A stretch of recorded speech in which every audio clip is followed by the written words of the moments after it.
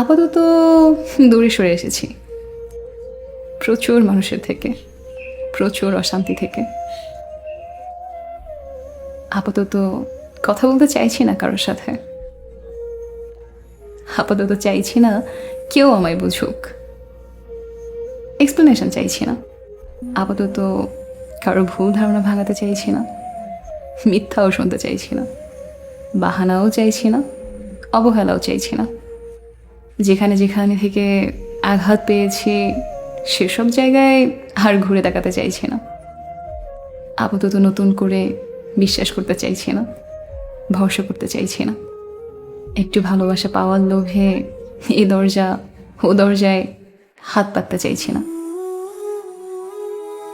আপাতত দূরত্ব চাইছি, অনুভূতি আর মানুষের থেকে।